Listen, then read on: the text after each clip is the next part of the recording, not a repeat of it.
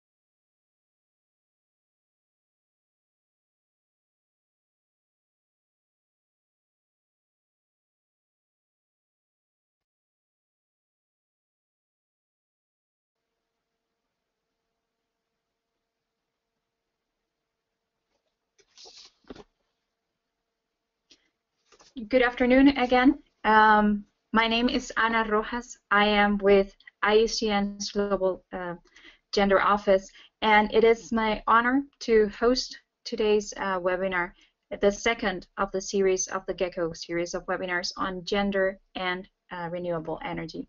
I want to welcome you all, participants and the panelists, for your presence today, and also I want to thank USAID for their support to the GECCO initiative. Before we go into the discussions of this webinar, I would like to take a moment to do some housekeeping matters.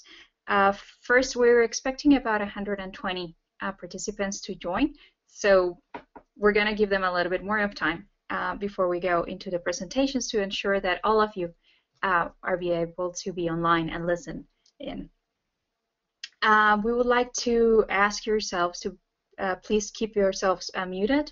As you can imagine, with such a large number of participants, echo could become a problem. So please do keep your mics on mute while the webinar is ongoing. If you want to communicate with us, you can use the chat box that is to the right of your screen. Please do send in your comments and questions using the chat box throughout the whole presentations, so that we don't have a backhold at the end. And please do also include the name of the panelists that you are referring to in your question. Maggie Roth, who's with us, she's taking care of all the technical aspects of this webinar. So she'll be able to help you if you're having technical difficulties. I am sure Maggie would share with you her email address too in a chat box in a minute, so that you can easily reach her. And last but not least, both Maggie and I would be collecting your questions so that they can be posted to the panelists at the end of the webinar. Also, I would like to direct you to the chat on your right. And if you click on it, you will see that there is a space for handouts. And there you would find two different handouts. One is a fact sheet on GECCO that explains a little bit more about our initiative. And the other handout is referring to today's webinar, so that you can have not only the list of the speakers and their bios, but also the content of today's activity.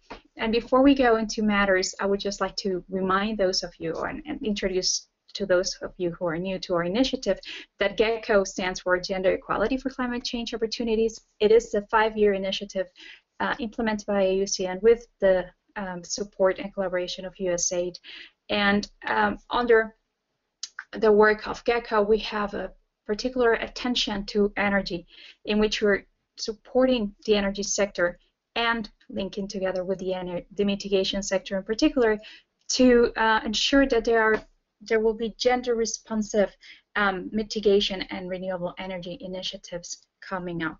And we're gathering practices and encouraging documentation and experiences of new knowledge and knowledge creation. The framing questions of today, what the panelists of today are going to help us dive into, refer to the necessary, why it is necessary to apply a gender-responsive approach to large infrastructures. We're also going to be discussing about experiences from the field, why it is difficult to address this gender in the field, what are the challenges, but most importantly also, what can we actually do with existing tools and with the good disposition of energy companies, but also of governments, to address gender equality in large-scale infrastructure. The agenda of today's webinar is, of course, this little introduction, and then we're going to be followed by a brilliant presentation from ESMAP provided by Maria Beatriz Orlando and Vanessa Lopes Janik. That will help us have a better understanding of what are the different gender dimensions with regards to generation, transmission, and distribution projects.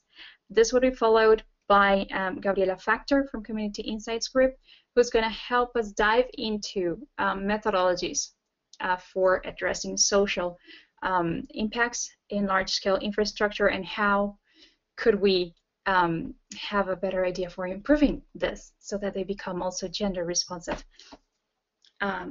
methodologies. And finally, we would have Daniela Roth from Enertech Global with us, who's going to share some experiences from Peru and how large-scale energy projects are using what I would call out-of-the-box opportunities to increase energy access in rural communities and also to address gender equality.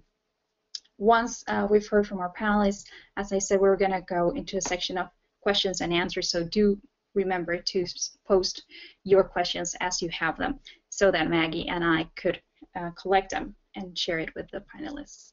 If you're interested in the series of webinars, in the work GECCO is doing, or IUCN's Global Gender Office as a whole, please do feel free to reach out to all of us. And without further ado, I would like to now introduce you to Ms. Vanessa Lopes Janik and Maria Beatriz Orlando for the first presentation. Vanessa joined the World Bank Group in December of 2006 and is currently an operations officer of the World Bank Energy Management Assistance Program, ESMAP. She works at the global level across energy, gender, and climate change issues, and is jointly leading the programs on gender and social issues within the energy sector globally and within the Africa region. Maria Beatriz is a development economist working on social inclusion at the World Bank's Global Practice on Social, Urban, Rural, and Resilience programs. She's currently the program manager of the Poverty and Social Impact Analysis Trust Fund, which focuses on poverty and social impacts of policy reform. Most of her research and operational work focuses on gender issues, labor markets, poverty, and exclusion due to ethnicity. She has worked extensively in Latin America and the Caribbean. And as you can see, both these panelists have a vast experience and knowledge working with the bank, and we would look very much forward to hearing from them and the experiences that ESMAP has compiled in the past couple of years. Vanessa, I give the floor to you. Thank you so much. Thank you, Anna. And I just want to make sure everyone can see my screen now, correct? Yes, we can see your screen. Okay, great. Thank you so much, and thank you for the introduction. And as mentioned, this is a follow-up to the first webinar that took place last week, where we kind of went over the basics of what are the key gender issues when you're looking at large infrastructure programs. So this is a second series, and when we share this presentation, we'll actually have both slide packs, so last week's and this week. So if you wanted to get some more details on what are the key issues, that's actually part of this slide pack that we'll share after the webinar today. But just as a briefing, why has the World Bank kind of taken on this work? The reason is within the energy sector, we have a lot of knowledge around gender issues in clean cooking, in rural electrification. We have some understanding in terms of female-headed households and impacts around what we call safeguard issues, land and labor, resettlement, etc. But what we don't really have is a very good concrete understanding of when you're developing large infrastructure projects, such as generation, transmission, and distributions, what are the key impacts directly relevant to gender? And without this knowledge and the how-to, it's very difficult for us to work with project teams and provide guidance on what to do. So oftentimes when we were working with project teams in the past, they were telling us, well, this isn't about, our project's not about clean cooking, our project's not about access or the distribution level, it's much more upstream, so, there's no gender relation, there's no gender aspects to our work. So this was a pushback we received time and time again, and we weren't able to share evidence or bring something meaningfully to the project team. So that was the reason we started this work, is we wanted to say, what are gender issues across energy topics? We have a strong foundation of knowledge on energy access. Let's push the bar and try to look at other topics, electricity infrastructure, clean energy, energy efficiency, energy subsidies, etc. So we actually at the World Bank have different pieces of work and body of knowledge in each of these different topics. And so we partnered with Maria Beatriz in the social development, social inclusion team at the World Bank to work on this report. It is ongoing, and we're in the final stages of writing the report, and we're hoping to get this through for review and publication in the coming months. By the end of this fiscal year, we will have this out and for people's use. But thus far, we've been able to kind of take interim steps and present findings and do vast consultations amongst practitioners. So we have been able to share some of our interim findings and also get feedback. So the research is specifically looking at gender-specific impacts of land and labor. Sorry, I'm just moving this screen 1 second. For electricity generation, transmission, and distribution projects, with the key objective of identifying and documenting pathways of impact, looking at local markets, communities, and households. We want to build the evidence base on the how-to, and we want to improve operational guidance and contribute to policy dialogue. So what you're seeing on the screen is our analytical framework. And the reason we had to come up with this construct was we wanted to make sure our focus was narrow enough, yet wide enough that it was applicable, but narrow enough that we got depth in research. So when we did the work, we were really encouraged to look at electricity specifically. So this doesn't include large gas or oil projects, but we're looking specifically at generation, transmission, and distribution. And then when we thought about what are the key social issues that we had the most information on in terms of data, land and labor were the two areas where we thought we could really find good information and good desk level data that we could build upon. And when we're looking at land and labor, we're using this idea from the World Development Report 2012 of looking in terms of assets and economic empowerment and agency, and trying to understand what are the social norms and gender norms that are being impacted through this. So this is our analytical framework and how we kind of set up our research. And our methods and our data sources is we did a desk review of World Bank project reports and a literature review. And then we did quantitative analysis on various household level surveys. And then we did qualitative analysis with primary data collection, where we actually went into some countries and gathered more information. So we'll go through that in detail. And as mentioned, we've had various online discussions and consultations with teams. Sorry, I'm just trying to move forward. Hello, did I just lose the screen? Okay. So from the, sorry about that, technology. So from the literature review, we really wanted to find evidence and examples from across different topics.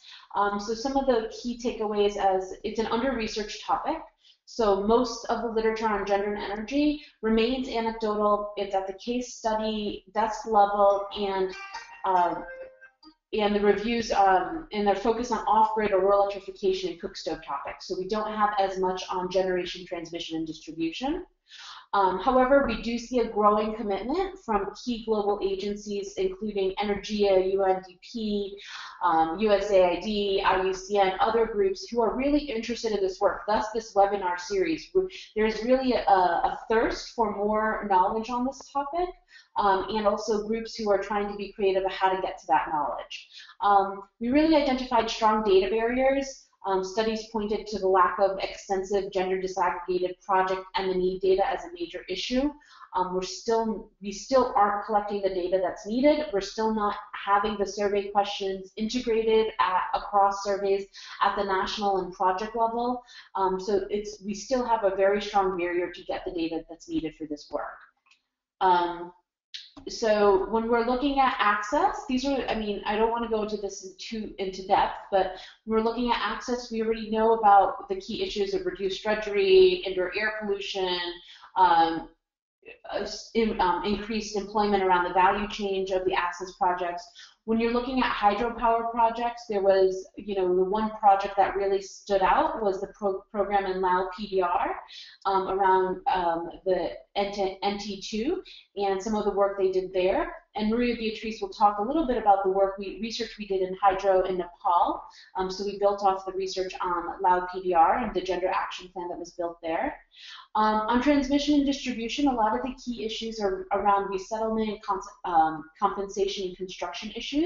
There's 2 case studies that were of interest in Uganda and some work done in Argentina and Laos from the research and from research from NORAD. So we did find some work on transmission and distribution, and we're actually currently doing some work around distribution in terms of non-technical losses, and some of our work in the Africa region looking at electricity theft and how to engage women in consumer awareness campaigns. So that's more in the distribution sector. That's not the traditional work that we've been doing in the past.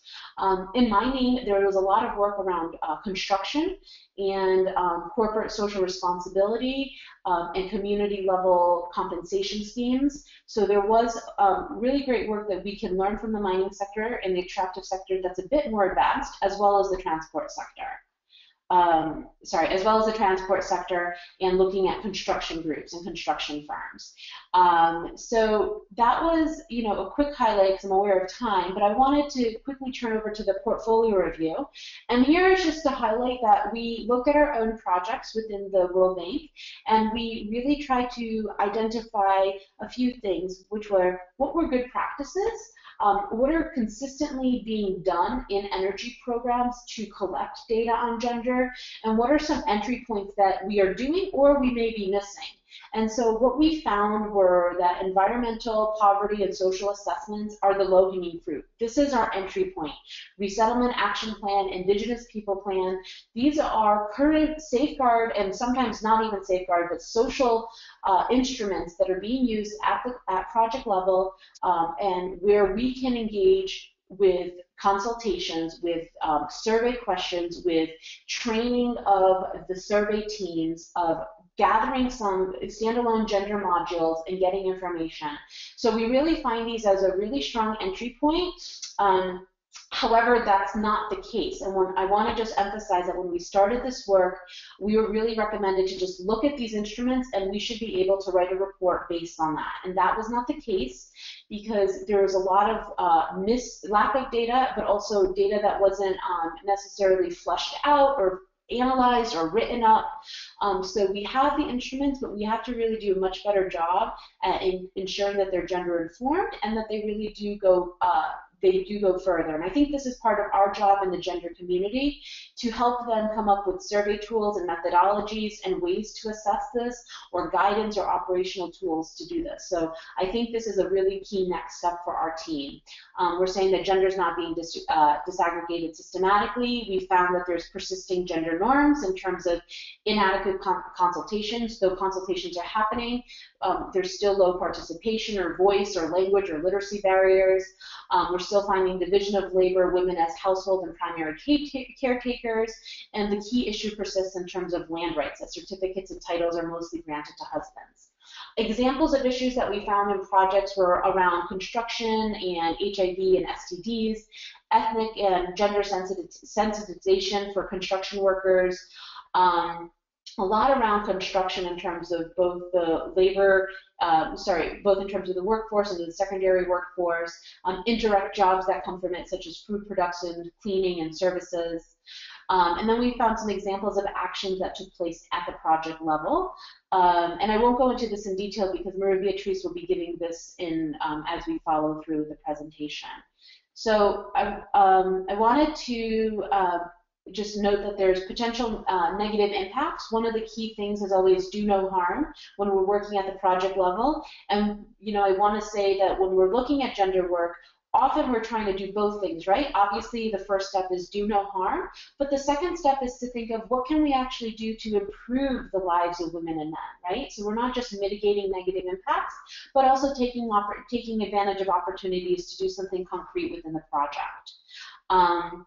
So again, the recommendations are let's use these existing tools that we have within our projects, looking at doing better and improved consultations, looking at how to improve our survey and collection methods, reaching out to teams to document good practices, and really being specific and providing operational guides to teams on what to do at a specific level. So if you're looking at resettlement action plans, what are the 3 things that you should be doing? And having these things ready within our organization so we don't have to create a 1-year process, but we have this very tangible. So that's what we're hoping that will come out of this report is A, a large evidence piece, data-driven report, but then B, something that is very operational for our team. So we're working on these 2 fields.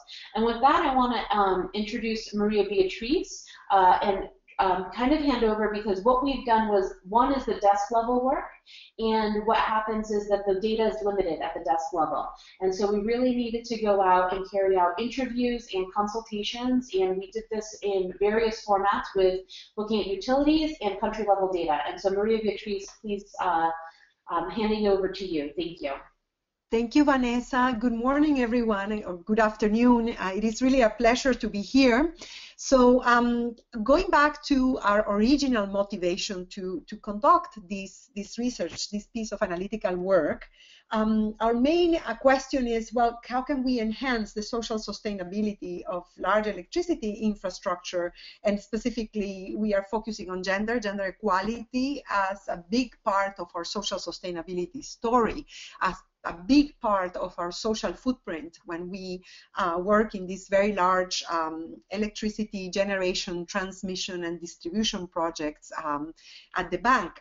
Something also that I wanted to share with you is the focus on electricity generation, transmission, and distribution is a strategic one from the point of view of the World Bank, but personally, I think is for the development community at large. As you know, one of the new sustainable development goals is full access to electricity for all, regardless of whether you're in a rural area, an urban area, regardless of gender, ethnicity, etc. So for us to be able to provide access to energy, which is an important piece of development and is correlated positively with so many human development outcomes and social outcomes, we need to generate more electricity. We need to get better at transmission. We need to get better at distribution. So see if we're going to generate more electricity, even if we do it in ways that are environmentally innovative, even if we do more solar, even if we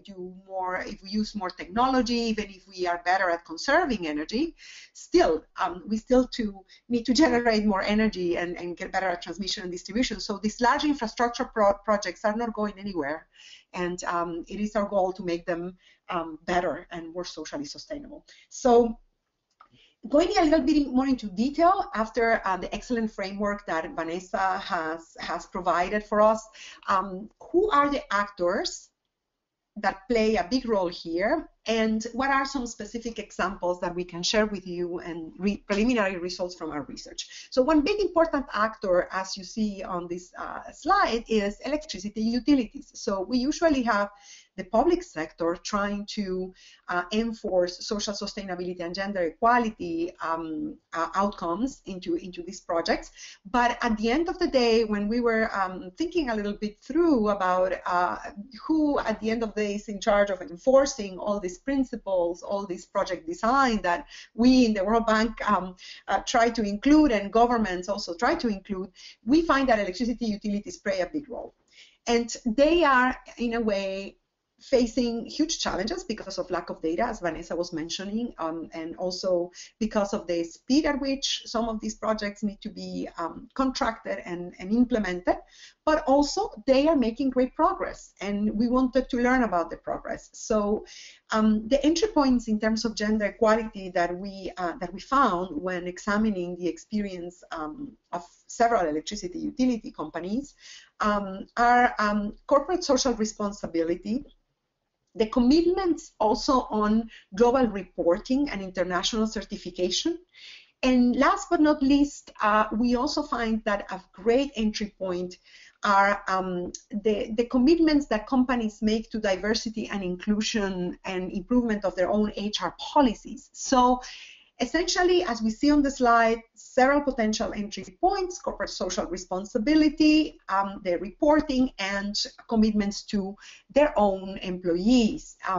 Our hypothesis is that as electricity utilities get more advanced and more progressive, and they include gender much more in their planning, and also they have better human resources policies, better policies towards their employees regarding gender equality, also their contracting, subcontracting, and implementation of projects gets more gender sensitive. This is a hypothesis that is a working hypothesis, and of course is subject to discussion, but at least we wanted to find out a little bit more about what they're doing.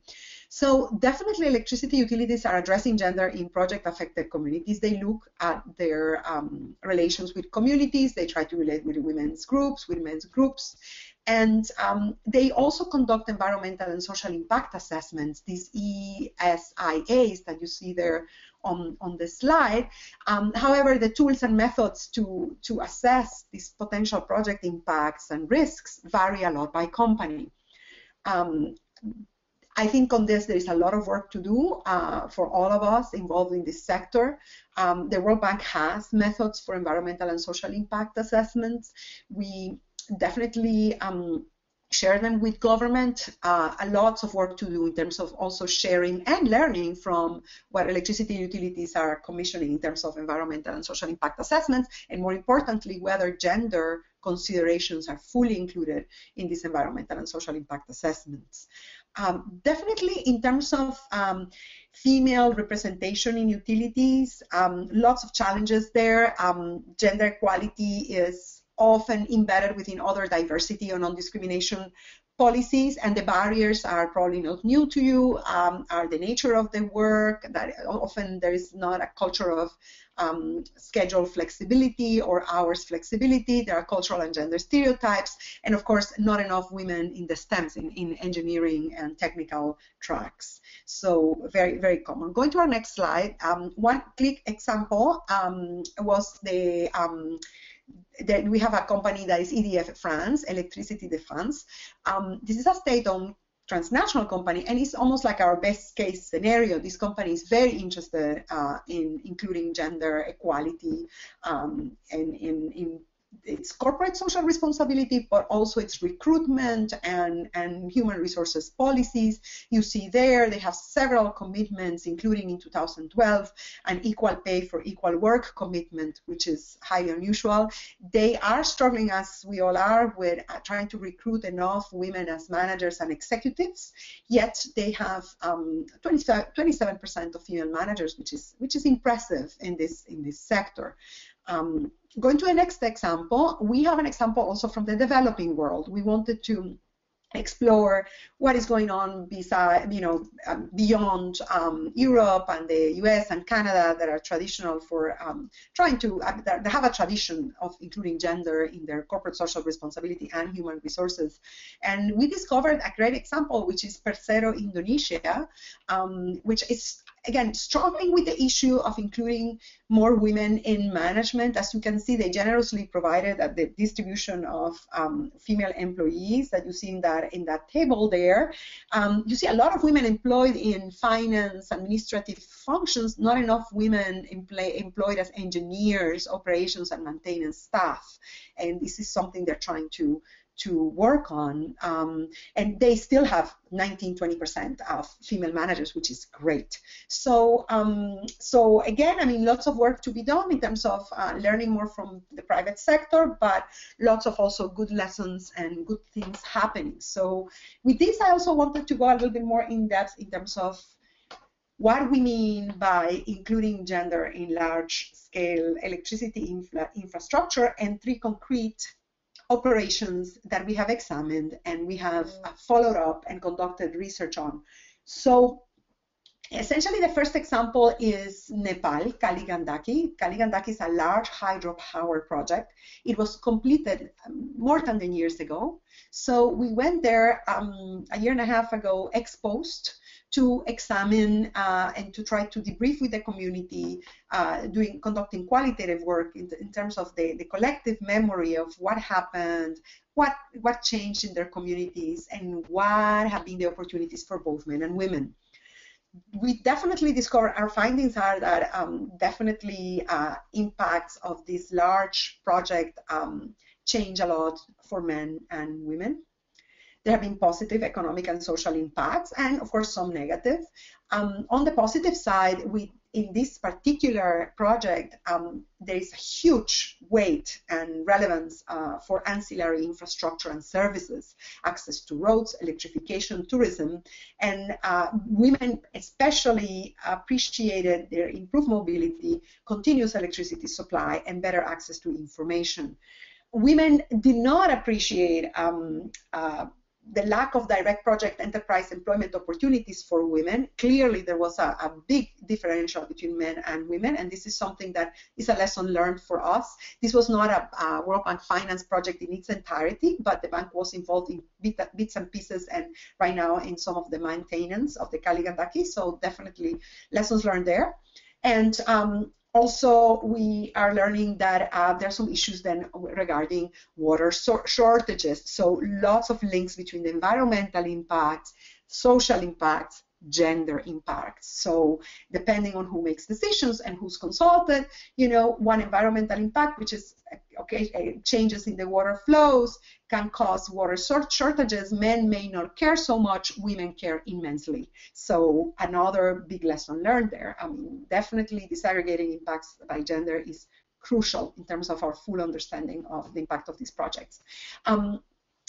We also learned that that definitely gender inclusion could have been improved greatly by having better consultations and also having agreements with the community. So the engagement with the community was very minimal, which was typical during the 90s, late 90s, when this project was designed. And nowadays we have made great improvements on that. Now the key is to have gender and social relations analysis in both the design for the consultations, but also the documents, the assessments, and the monitoring and evaluation. And this is something also that our colleagues at the Asian Development Bank, who largely also finance this project, have been documenting and saying. So essentially we're all on the same page in terms of the importance of including gender on all the assessments, community consultations, and the design of the project, and our awareness about the impacts. So and this Kaligandak, as you see from the pictures, is a huge hydro, large impacts, large size, and we have these lessons, big lessons learned. Going to a smaller project on our next slide is we are also examining what happens with distribution. So we're saying that a large electricity infrastructure occurs during generation, transmission, and distribution. We also did some work in the context of a World Bank project in Senegal. This is a distribution project. I'm sorry. By distribution we mean connecting populations, both urban, peri-urban, and rural, to the grid. And this is the Senegal project. As you can imagine, in distribution, the land impacts and environmental impacts are not necessarily large. However, there is a little bit of land purchasing and allocation in distribution projects, and there are also impacts in the labor market. There are jobs generated, there are opportunities, and more importantly, the communities usually expect them to have electricity access, which not always happens. So what are the gender dimensions here? So on the first hand, we found gender dimensions regarding the community involvement of the project. So women have even less access to information than everyone else. Women and youth are very interested in being involved in selling cards for prepaid meters, which is one of the innovations of this distribution project, the introduction of prepaid meters as a way to improve electricity consumption, conservation of energy, and also, of course, revenue collection for the utility company. Then there are issues regarding electricity access. For women, we found out it is not enough just to have occasionally a couple of hours of electricity here and there. For the electricity access that the project brings to the communities to be truly transformative in terms of gender equality and in terms of bringing economic opportunities to women, women require 24/7 electricity. They require pretty high quality electricity because they work a lot in shops, selling ice cream, refrigerated goods. Senegal is pretty warm, it's pretty dry, and definitely their economic empowerment, according to the current sectors in which women work, which are gender segregated, as you can probably imagine, require actually pretty high quality electricity access, whereas men require more, perhaps 2 or 3 hours connection to charge their batteries, to have access to TV, cell phone, etc. This is very interesting in terms of gender disaggregated impacts. Also, we noticed that both men and women have issues reaching out to the utility, Senelec, that's the name of the utility, and that's something they're actually working on. So in terms of the labor market and the local economy, there are great expectations regarding these distribution projects. You can see some of the pictures there in terms of the actual infrastructure for distribution and the prepaid meters in the pictures. Unfortunately, the impact on the local economy has been minor during construction. So we will follow up to see if during the actual start of the distribution and the maintenance stage and the actual implementation, we see more labor and economic opportunities, and in particular, women having access to those, which is, as you know, is a challenge because of gender norms and occupational segregation by gender. Our last experience that we wanted to share with you, and with this I'm out of time, is a large generation project in Morocco. This is a concentrated solar power CSP plant in Ouarzazate, Morocco, and it's solar energy, so it's a fantastic project. It's very innovative. Solar, as you know, is more environmentally friendly than other forms of electricity generation and more sustainable from an environmental point of view. What about from a social sustainability point of view? Well, definitely interesting variations there. We know that in the case of solar, there is land acquisition, large pieces of land acquisition. And in the case of this Morocco project, communal land. And specifically, women in the areas where this project is taking place, which are not remote rural areas, as is the case usually for large hydro projects. Solar plants can be built in very urban areas or rural areas that actually have proximity to urban centers. So lots of potential labor markets and land impacts here. So in this particular project, the land that was acquired was communal land. Okay, that all seems very good. It's a matter of optimal uses. The problem there that we are highlighting is that it's very hard for women to have access to the decision making at the community level regarding the allocation for land, and also the use of the compensation monies and funds that the MACEN, the electricity utility, is setting up. MACEN is very socially responsible. Actually, it's one of the few companies in the world that has women managers, and in the Middle East and in North Africa, and this is quite amazing, and it's very concerned with the fact that communities need to be compensated when these lands are used for solar generation. So other outcomes, we also discovered livelihood and employment outcomes, but unfortunately local employment mostly worked for men.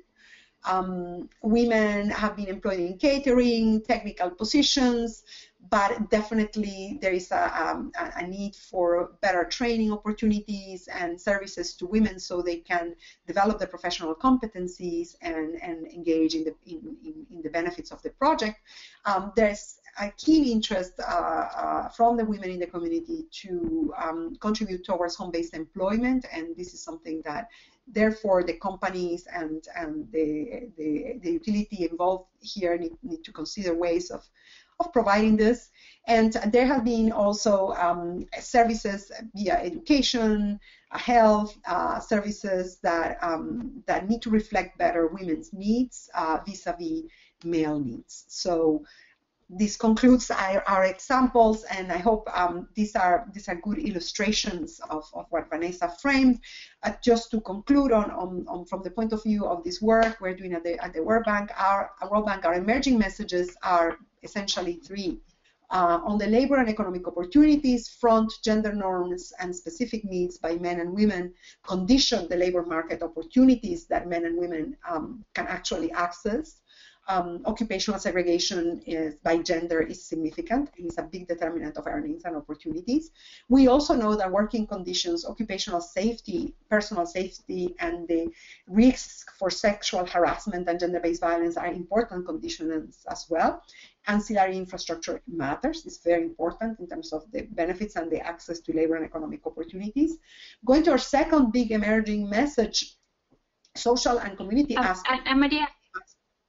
Yes. Priorities. Could you wrap up?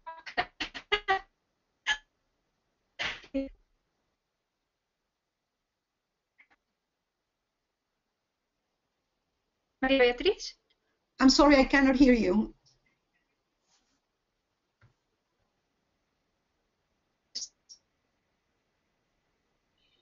Hi, sorry, I think that Ana is having some connection issues.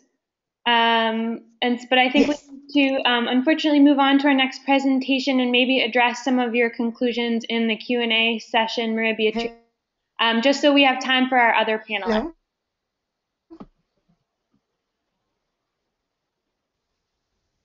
Perfect. Thank you. Yeah. Thank you. Maggie, can you hear me now? Yep, that's great, Ana. Thanks. Maggie? Yeah. Okay, great. Thank you. Apologies for that. And apologies for interrupting you, Maria Beatriz, but I'm a little bit concerned about the time, and we have two other panelists to go.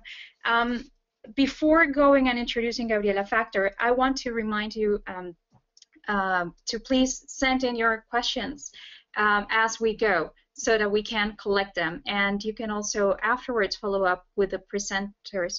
I want to thank Vanessa and Maria Beatriz for their presentation and for highlighting that not only data collection is necessary, but that there are different stages and stakeholders in which gender in large-scale infrastructure, both at upstream and downstream level, are necessary. Gabriela Factor is joining us, and she has a massive experience working on environment and social impact. She has about 15 years of working on international development, energy, and extractive projects, and she's worked everywhere, literally, even in the Arctic. She's completed a number of due diligence of renewable energy projects in Chile and Mexico. She's worked with financial institutions and conducted a review of gender and human rights aspect for WWF in coastal East Africa. Is an experienced and brilliant trainer, and she's worked with the Danish Institute of Human Rights, the International Association of Impact Assessments, UNEP, and DANITA. And Gabriela, I just want to give you now the floor. It's yours.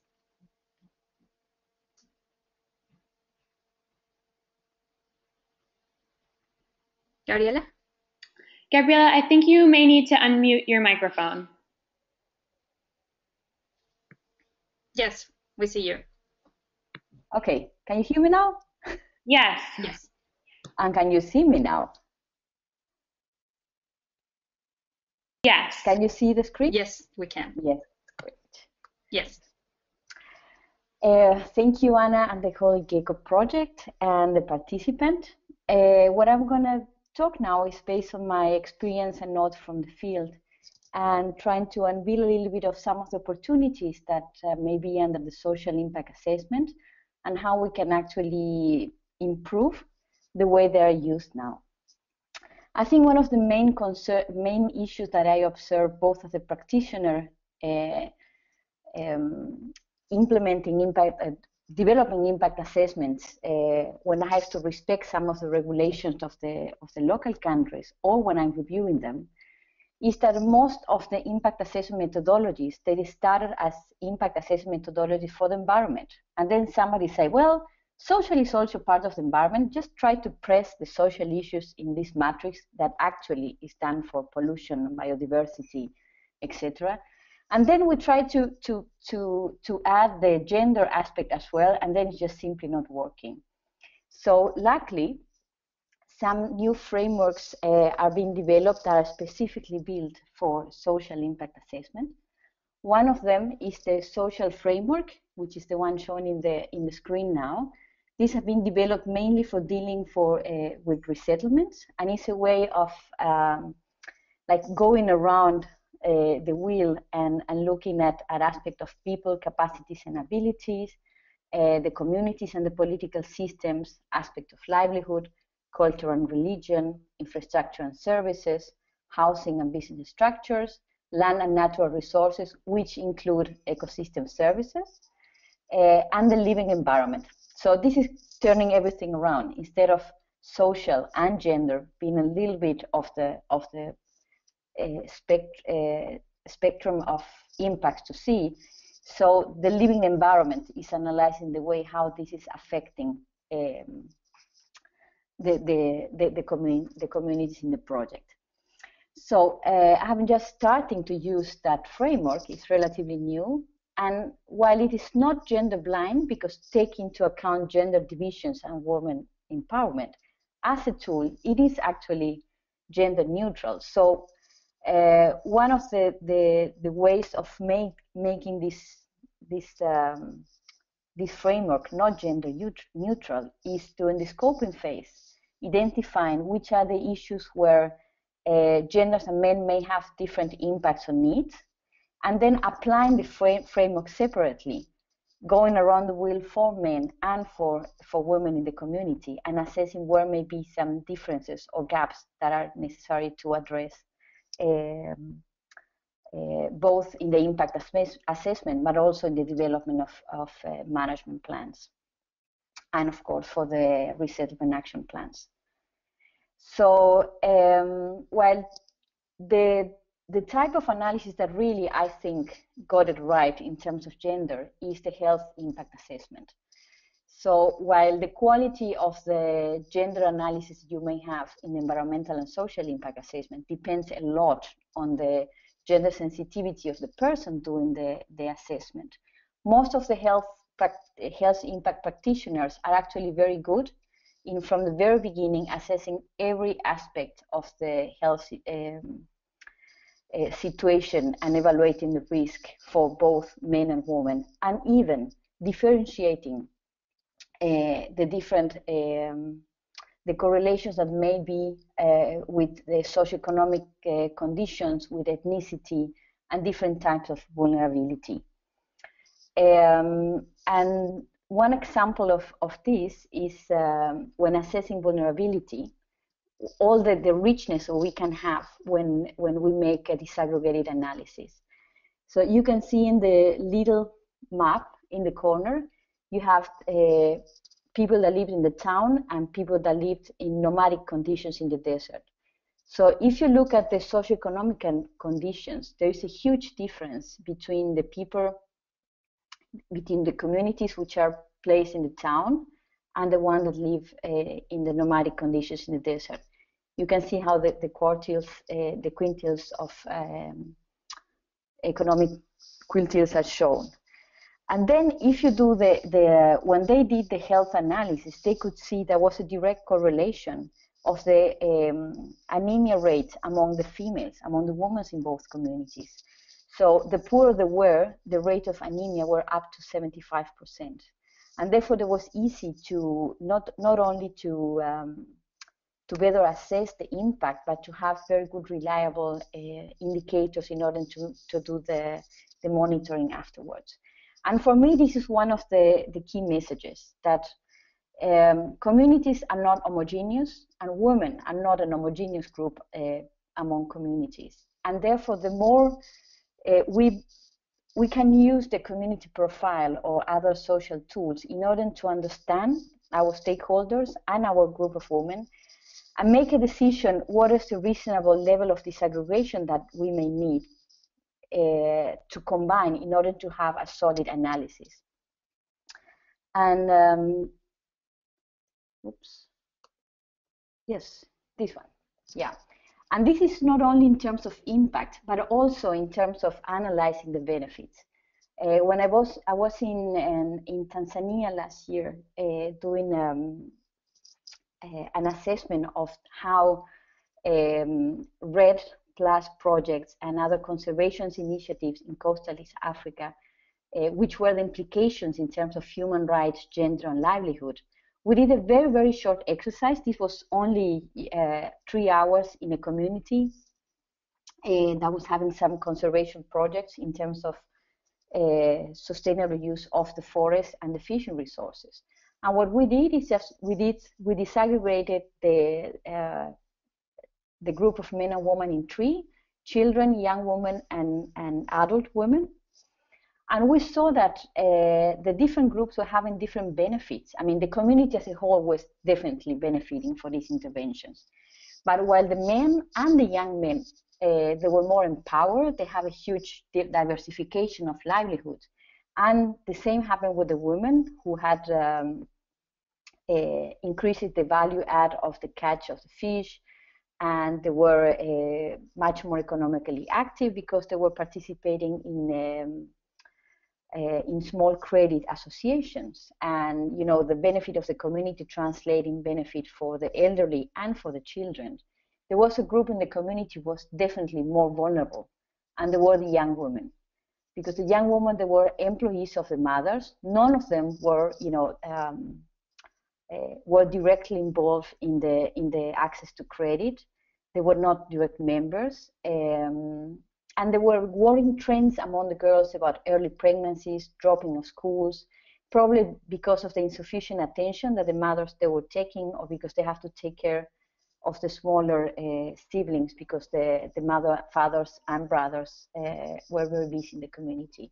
So this is not because there was a bad design, but it was a good, in a very simple exercise, WWF could see, okay, this is a group in the community we need to be alert on, and we need to do better and address their specific needs going to the future.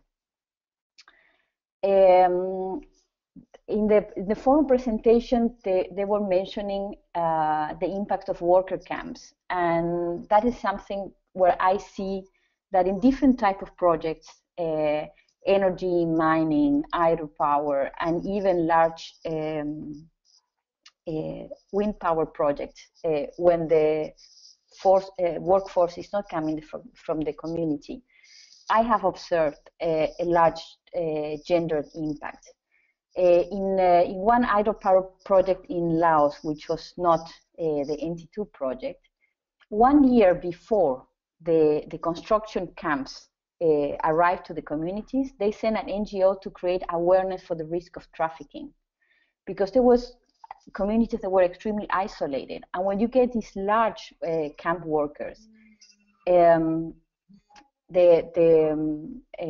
was people like going after promising jobs and then kidnapping these girls and taking them to Thailand.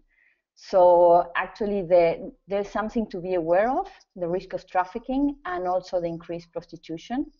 The increased incidence of infectious diseases, including tuberculosis, has also, in all the countries where I have worked, there was a clear increase in all the communities around the construction camps. And also the impact on the freedom of movement, because even though, for example, in the case of a construction of the wind farm,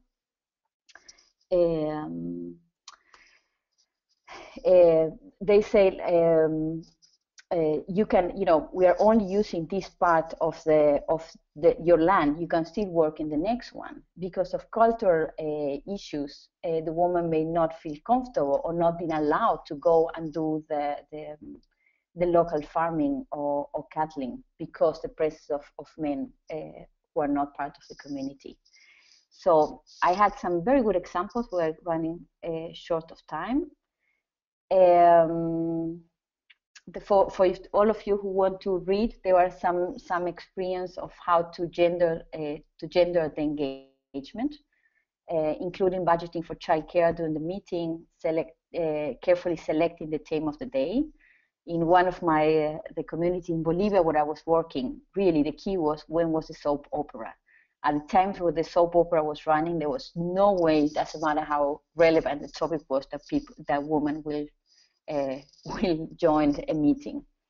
But also I had a huge success in involving women in the community in the planning of the events, like them be responsible for catering, invitation, childcare, etc., with a budget line, because you will not expect women to do all this work for free. And the other message is that there are new technologies, increasing amount of women in Latin America, in Africa, in the Arctic, at using mobile phone. This is a huge opportunity for reaching women in a lot of countries. So there are very good platforms that are being developed, mainly for the mining sector, in order to engage communities using mobile phones or internet in the countries where you have a good access. And this has proved to be a very good way of engaging, informing, and making polls among women in the community. So be aware of that. Take-home points for wrap up. Most of methodology for impact or benefit assessment are gender blind and neutral. So one way of going around this, if you don't have a specific tool that you need or want to implement for you do your gender analysis is to consider to apply the tool separately to men and women and analyze the difference, or being very specific when you define the impact and beneficiary groups. When you are analyzing, for example, impacts on ecosystem services using the World Resource Institute, you can in very early stage identify, for example, the families or wives of the hunters, let's say, from the very beginning, so you can analyze the impact and benefits with a very defined target. Women are not an homogeneous group, so age, ethnic, or socioeconomic disaggregated analysis may be necessary.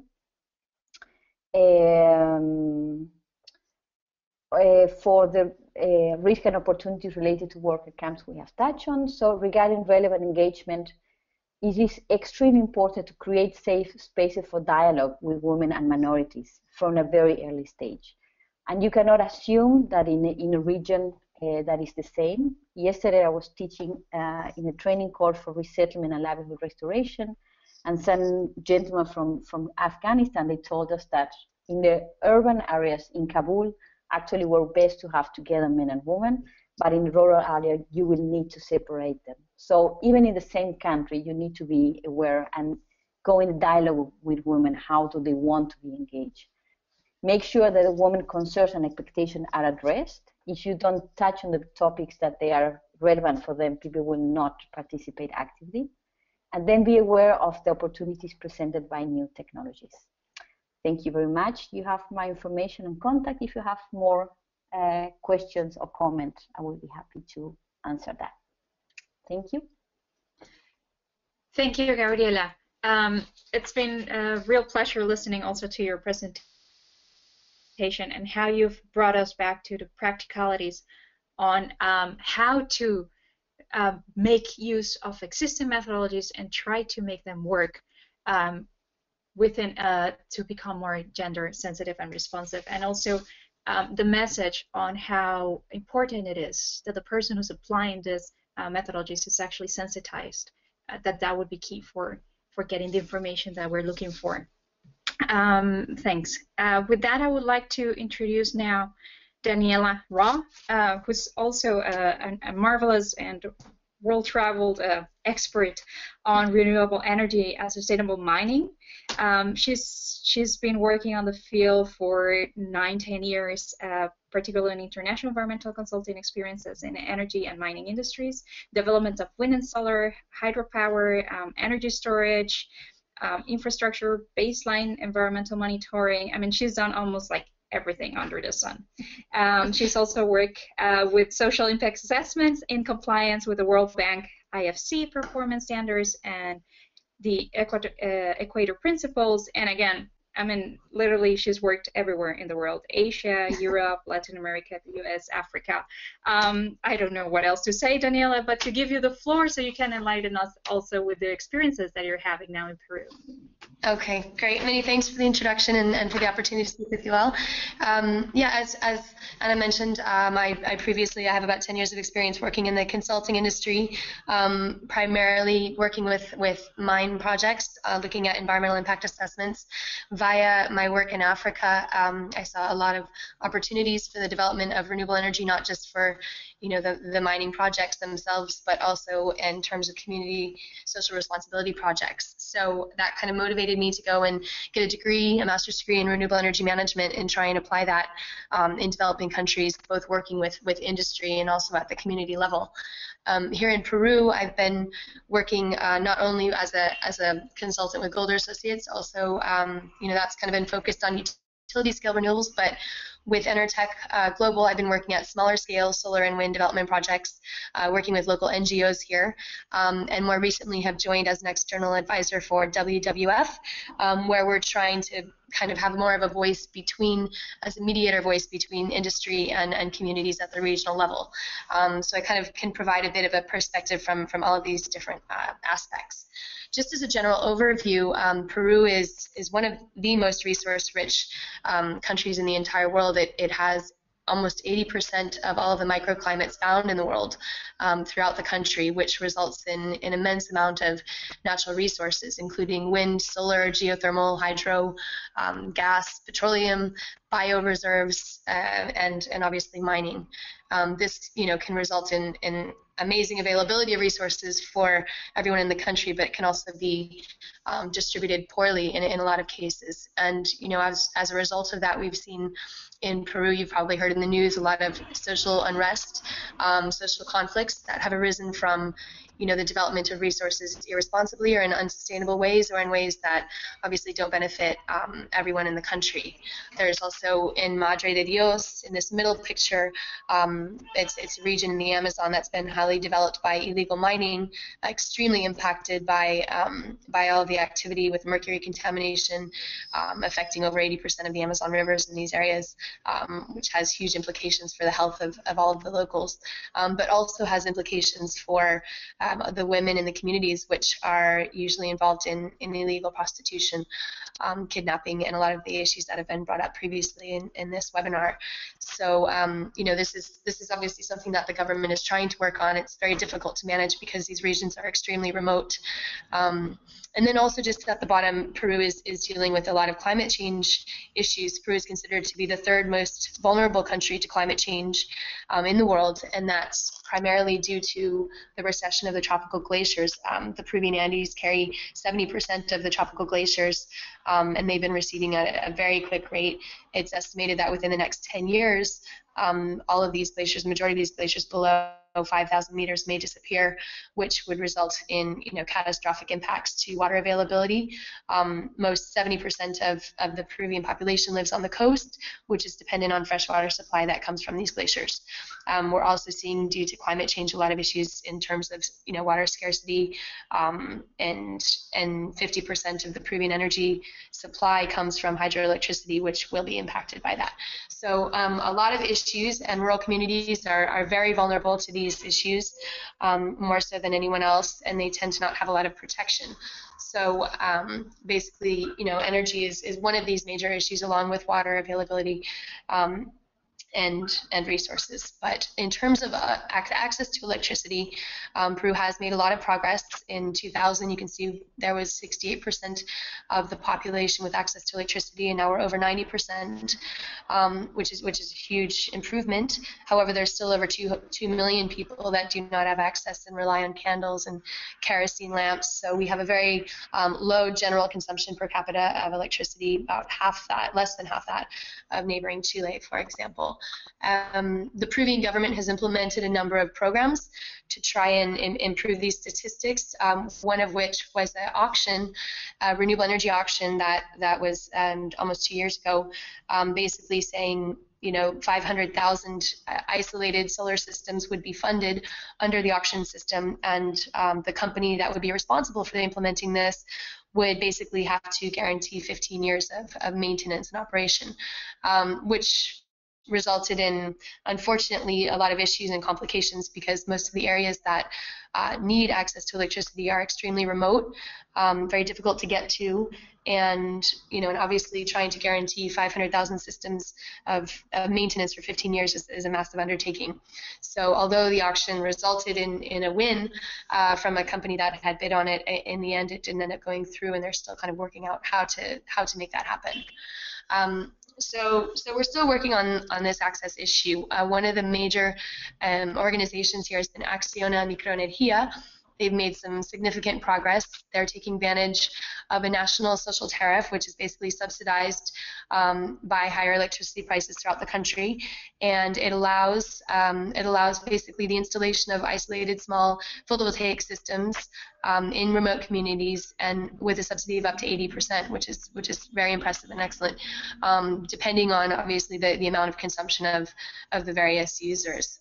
But one of the nice excuse me, features of this program is that they develop these local committees, because obviously you shouldn't have an organization that's responsible for the implementation of this. You want it to be managed at the local level.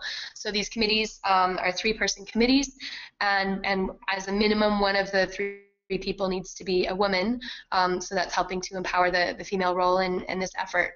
They work with the local public utility providers, so they basically manage the operation and maintenance issue, which should be at least up to 20 years. And they've developed a very effective fee-for-service model where the households pay $3.50 per month, which ends up being less than half of what they would have paid otherwise for kerosene and candles. So this program seems to be very effective. Acción Microenergia is trying to work with the government to take advantage of the subasta, or the auction that I mentioned, and hopefully we'll see some progress in that respect, because the goal is within the next 3 to 5 years to ideally obtain 100% access to electricity, which is a big undertaking, but we're all working on it, including Power Mundo. Power Mundo is an NGO that's associated with USAID. A good friend of mine is the director of this program. They're very active in the jungle region. Basically, the light that you see is Sun King Pro. It's a very small light, but very effective. It has, I think a 2 to 5 watt solar charger. It also charges cell phones. They've had excellent luck disseminating these. They have some subsidies that they've been working with. They're a small organization, but they've been very effective here. And one of the features of the program that's been very effective is the microfinancing. And basically, they've integrated it into their cell phones, so they can kind of pay via their cell phone to recharge their quotas in their account. So it's a very modernized system and approach, and they've had very good success with this. So it seems like to be a good model for further programs. You've probably all heard of the Barefoot College. It's an excellent program that's been established where it's based in India. This has been a collaboration between NL Green Power, which is one of the world's largest renewable energy developers. They're very active here in Latin America. They've been collaborating with Barefoot College to send some women from rural communities in Peru over to India. They went for 6 months and came back, and there's a beautiful documentary about it called Bring the Sun Home, which talks about the Barefoot College program. But the idea is to empower women, often women that are illiterate. So a lot of the education is based on sign language and not so much language based. But they spend 6 months in India studying about how solar panels work, how to install and maintain them. And these women that you can see in the lower 2 pictures came back to Peru after 6 months and are now traveling around the country, installing small systems, teaching local communities, and spreading the education program. So it's been an extremely effective program, and they're looking to add the number of people that are involved in it. Another company here that's been very involved in kind of development of rural electrification are just starting to, but they have big plans to continue this program, is Contour Global. They're a large wind energy developer. Peru currently has 3 wind farms, so it's a very new sector. But Contour Global has 2 of the very first wind farms that were developed here. Peru has amazing wind resources. You can see along the entire coast there that, well, I don't know if you can read that, but basically we have up to 9 meters per second wind speeds that are constant throughout the year due to the Pacific anticyclone. So basically that results in amazing resources for the entire coastal region. Contour Global installed this wind farm that you can see. It's about 80 megawatts, 83 megawatts. And the issue that came up was that there's a lot of these rural communities that are living on the coast that don't have access to electricity or clean water, even though they have these excellent wind resources, and they see this wind farm that gets established and set up and kind of wonder, well, why don't I have electricity? So the way that Contour Global was dealing with that was they've worked and collaborated with WindAid, which is a local NGO. It's an excellent organization. They basically bring volunteers over from around the world. Volunteers pay a fee to stay in Peru for a month, help build the turbines from scratch, and install them in local communities. And basically they do capacity building, they do workshops, they have workshops with young girls in the community that can meet up with some of the female volunteers so they can chat about differences in what it's like to be a woman in other countries. And they've just had a lot of amazing success. They've installed numerous projects around Peru. The communities are extremely excited about it, and it helps to develop sort of an appreciation for wind energy, because as I mentioned, there's only 3 wind farms in Peru, so it's extremely new technology. But when you have your own little mini turbine in your backyard and it's giving you light and it's giving you're you're allowed to study in the evenings and all these benefits that we're seeing from the electricity, obviously you develop a much different perspective towards these wind farms rather than having them in your backyard and not giving you any benefits. So this has been a really effective program. They've also installed the world's highest wind farm, or wind turbine at 4,800 meters, which is an amazing feat because you obviously have a reduction in wind density or air density at that elevation, but it's powering a remote hospital up in the Andes. So this is a good example for other areas up there because it's an extremely harsh climate and environment, and usually it's difficult to get their access, and obviously there are no transmission lines. Just to mention quickly, although I mentioned solar and wind potential in Peru is excellent, one of the more commonly mentioned renewable energy resources here is hydro. Unfortunately, a lot of the new development hydro projects tend to be mega dams that are planned for Peru, and those come with climate change impacts as well as social and environmental impacts. So there's been a lot of social unrest associated with these. However, there are some new initiatives that are coming out to try and develop more sustainable forms of hydro that can be utilized by the local communities in the jungle, which are basically floating turbines. They don't impact fish communities. They don't collect organic material and result in methane release. They don't impound the water, so you don't have any issues with flooding of local community areas. So this is something that we've been looking into to try and provide to local communities at the kind of microgrid scale, which is also great for noise pollution, environmental pollution, because at the moment most of the communities in the Amazon are depending either on no electricity or diesel generators, which are expensive and polluting. But there's another issue I want to bring up, not just focused on access to electricity, but also heating issues.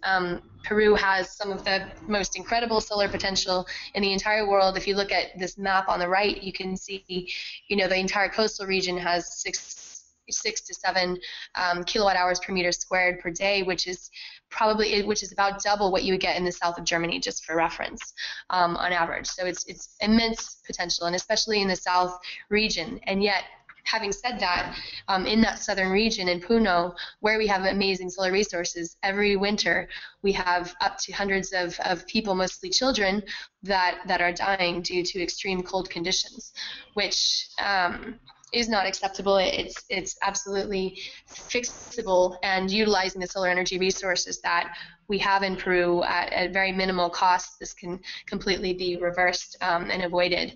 And again, it's mostly young children because they're traveling to school and they can't handle these extreme climate changes. So with GIZ, the German sustainable organization that's based here, we worked on some projects to do some solar heating projects in schools. You can see here in this graph on the bottom right the temperatures that we're seeing throughout the winter season, which is basically March through August. The majority of the temperatures throughout the day, even during peak hours, are well below the comfort level. So this is what kids are experiencing the entire day in their school. Obviously not an environment to be able to learn, in addition to a number of other factors that make it very difficult. And although PV systems have been implemented here, the concept of solar heating still has a lot of work to be done. So one program that we did implement was very effective. It combined both isolation of the building structure so that you don't have heat losses. That's the number one important step to take. And then once that's sort of sealed, then you can implement solar thermal heating and use that for space heating as well. So this is something that we're currently proposing to the local government, the Ministry of Education, to try and utilize some of the funding that they have, and at least be able to implement this at the school level, which could then disseminate to the houses in the areas that are suffering from this just via education. So we think exposure and education is the biggest key here, so we can show what works and how it works. At a simpler level, that one of the local universities here has developed a system that can be slightly more easily implemented. It doesn't require solar thermal systems as much as looking at thermodynamic principles. Basically, this is just a plastic coating. You have these vents that open during the day to allow hot air to come in, heat up the painted black rocks at the bottom, which then radiate heat, which go through the top holes, and then the cold air comes out. And then during the evening, they can seal the holes on the inside. So it's This is something that's been designed by, a very innovative local university here that's very focused on very sustainable and accessible solutions specifically focused on proving applications, and they've had fairly good success with this. One of the other things you can see in this image is the clean stoves. That's something that's also been brought up in this seminar. That's a program that's dominantly managed here by GIZ and a program called NDEV. They've been here for a number of years working on this, and basically, up to 6,000 deaths per year result from indoor inhalation of smoke from cooking. So this is due to burning of wood, charcoal, dung, etc. But during this program, amongst the support of other programs as well, over 300,000 clean stoves have been implemented in Peru, and now they're starting to upgrade some of the systems to LPG systems. But overall, this has had a major impact, and so they're continuing this program with the success, and support of a number of organizations that are involved.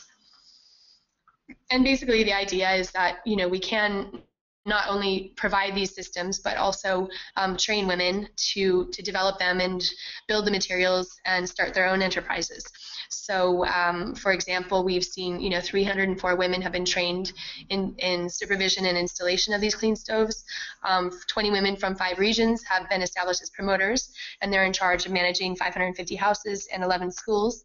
And 11 women so far have started their own companies, as you can see in the bottom right, basically disseminating this technology and making it available to more people. So it's been a massive success.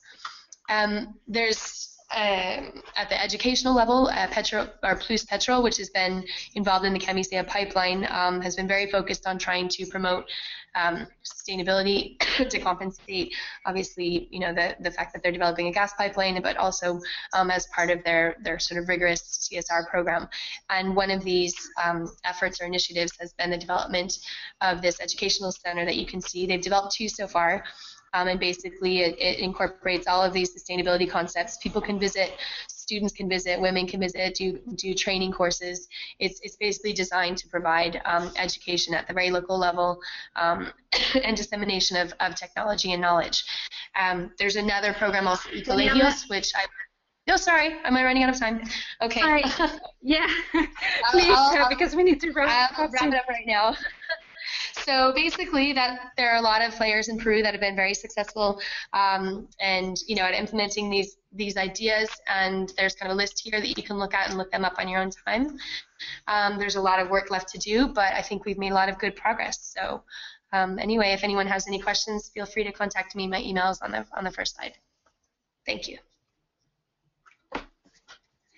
Thank you a million, Daniela. And it's been really interesting, particularly listening to how large infrastructure projects have teamed up with NGOs to actually try and increase access to energy, because that is one of the things that we keep on hearing about with large-scale infrastructures that local communities may not always be able to access this electricity that's being produced, and how difficult, or what are the difficulties that this is that they are creating. We do have questions, and unfortunately we do not have that much time to go, but one of the questions is for you, Vanessa, and it's on a different topic, but it's basically, well, now that we have, why is it that we have gender-neutral policies? But I know you can actually answer that question quite well. So I'll give you the floor to address the question.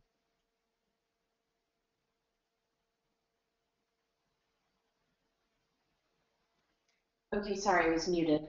Okay, so why do we have gender-neutral policies? And I'll also encourage Maria Beatriz to come in on this, because she has a lot of experience with the PSIAs, which are really strong tools, social assessment tools that we use to help inform some of the sector policies that we're working on. I think one of the quick answers to this is, when we're looking at the policy level, right now, I don't want to say that they're gender neutral, but I think what people have often said is that they're gender blind, meaning that we think they're gender informed because we've done consultations, we've reached out to the communities, we've done all the instruments of social assessments and community level benefit consultations with beneficiaries and local agencies. And so in our view, we're calling these policies informed at the community level, but what happens is it's gender blind, it is gender neutral. We're not including specific language in regards to women and men.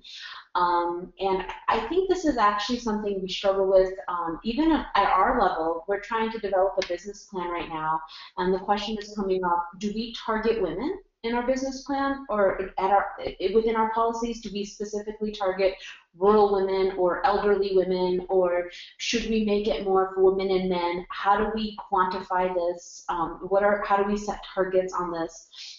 And so what we found in our work program is you have to start with an assessment, and you have to do some kind of data collection and get a baseline of information to understand what is the current situation in the country or the program or the project that you're working with. And then you take that data and you can develop an action, and that action will then be able to hopefully inform the policy or the project or the program you're doing.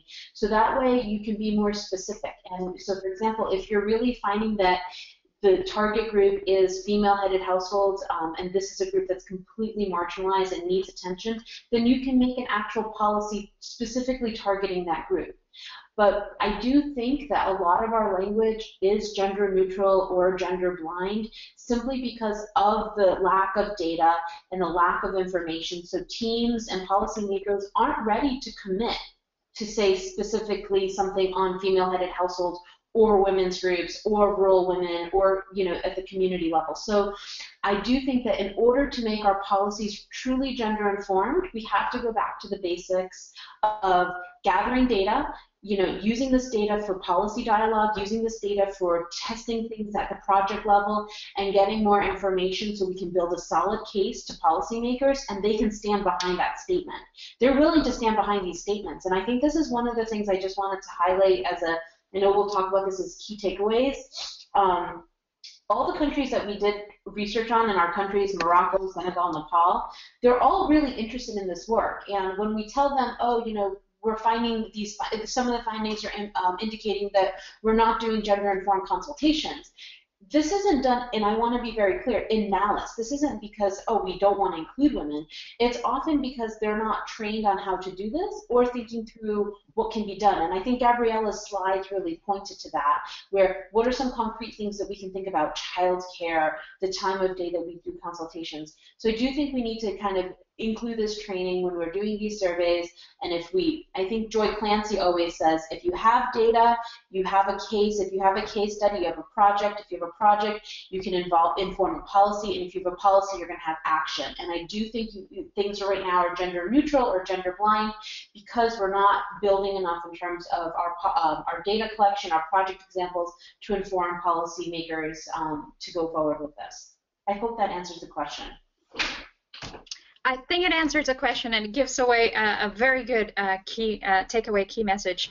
And I'm going to follow up, since you mentioned Gabriela, and I'm going to ask her to please share with us her key message or takeaway message with the audience.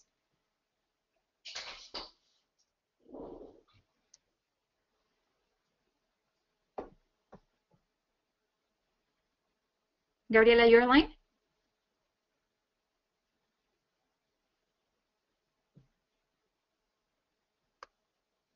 Yes, here.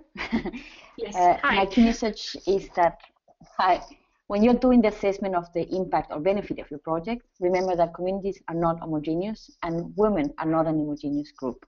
So take time and scope understanding community to assess which other levels of disaggregation you need in order to understand the impact and benefit of your project.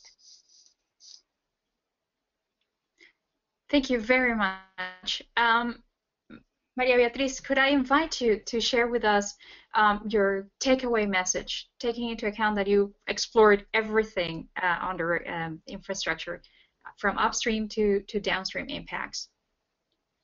Sure. So the takeaway message is a simple one, but I hope one that we can all take forward in our work. So essentially is the following: so we need to have a good framework for thinking about these potential impacts, and then of course, then collect data disaggregated for, by group, by income level, by age, and by gender.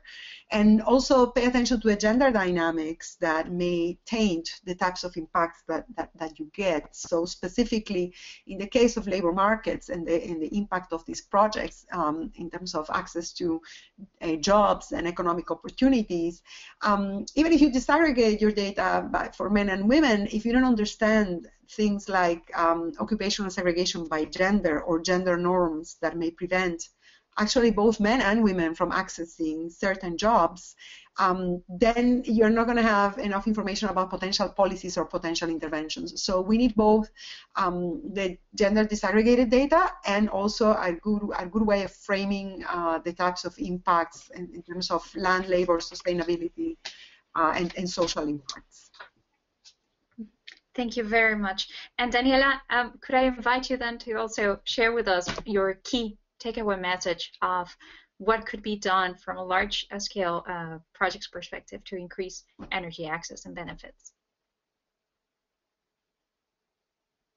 Sure. Yeah, I think from my perspective, what I've seen most of all that's limiting is just the level of mediation and communication between different bodies. So, kind of connecting the developers with the communities and having a common language, or connecting the mining companies with the communities. And mining companies obviously don't think along the lines of rural electrification, so there needs to be an intermediary that can help them do that. The intention is there, the desire is there to do good and to invest in these types of programs.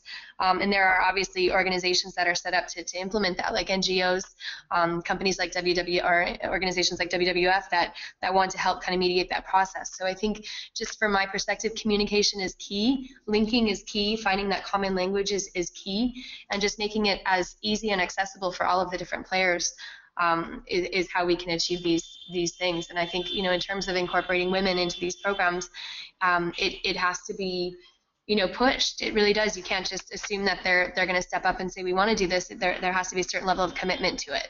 And that can be implemented, at the level of the organizations that are offering these types of programs and solutions.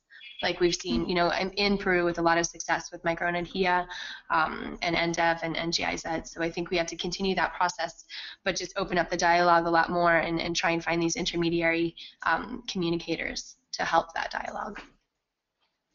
Thank you very much.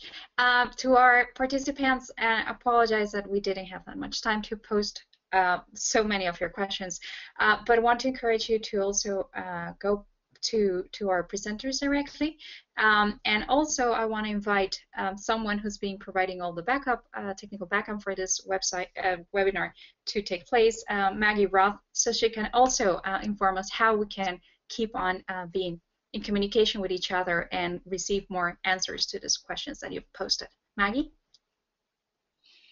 Thanks, Ana. So recognizing that we're running short on time, I just wanted to remind those of you who maybe haven't heard yet that IUCN has recently launched the Gender and Renewable Energy platform within our website, and I'm going to share a link with all of you for how to access that website. But basically, the Green Platform is designed for mitigation practitioners, and it is a hub of knowledge, best practices, and lessons learned for mainstreaming gender and renewable energy projects and policies.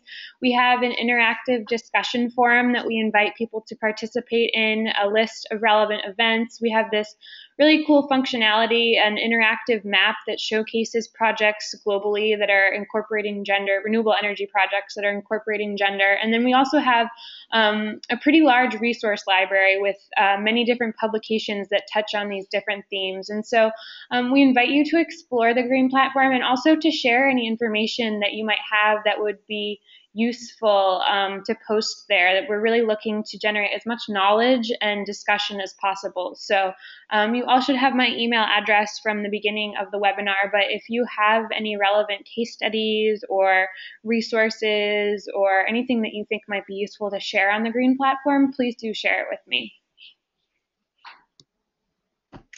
Thank you, Maggie. And on that note, I just want to thank first and foremost our panelists for their marvelous presentations and for sharing their information and knowledge particularly with us, and also to thank USAID for its constant support to the GECCO initiative, and of course to you, the participants who've been listening intensively and participating throughout this webinar. Our final note is to invite you to tune in for upcoming webinar, which will be on the 3rd week of December on the topic of finance tools for renewable energy investments and what is the gender angle here. So if you're interested in finance for renewable energy and how to increase gender equality, we definitely will invite you to join us on the 3rd week of December. We'll be sharing information with you further once we are able to pin down the exact date and time for it. And we would welcome your comments and contributions, as Maggie said. Please do send all your questions, but also experiences and documents that you would like to share with us to either Maggie Roth or to myself. With that, I would like to thank you again, and I would close this webinar. Thank you very much for your attention.